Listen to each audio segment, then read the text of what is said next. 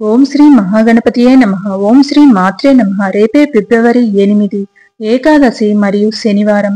చాలా శక్తివంతమైన రోజు. ఇలాంటి రోజు మళ్ళీ రమ్మన్నా రాదు. ఈ రోజు ఈ ఒక్కటి చేశారంటే తరతరాలకు తరగని ఐశ్వర్యం లభిస్తుంది. మీ ఇంటి దగ్గరలో ఏదైనా దేవాలయానికి వెళ్ళి రావి చెట్టు దగ్గర ఇలా చేయండి. రేపు ఏకాదశి, భీష్మ ఏకాదశి అని కూడా అంటారు. రావి చెట్టులో ముక్కోటి దేవతలు కొలువై ఉంటారని నమ్మకం.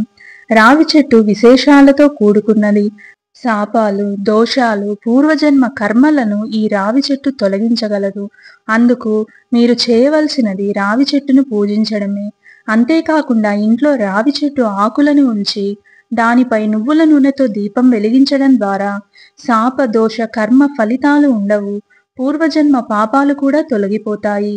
ఇలా రేపు ఏకాదశి నాడు రావి చెట్టు కింద ప్రమిదలో నువ్వుల నూనెతో దీపం వెలిగించి చిన్న బెల్లం ముక్కను నైవేద్యంగా సమర్పిస్తే మన జీవితంలో తెలిసి తెలియక, అలాగే పూర్వజన్మలో పాపాలు, దోషాలన్నీ తొలగిపోవడమే కాకుండా సకల శుభాలు కలిగి సిరి సంపదలతో, ఆయురారోగ్యాలతో, తరగని ఐశ్వర్యంతో మీరు మీ కుటుంబం మొత్తం నిండు నూరేళ్లతో వర్ధిల్లుతారు.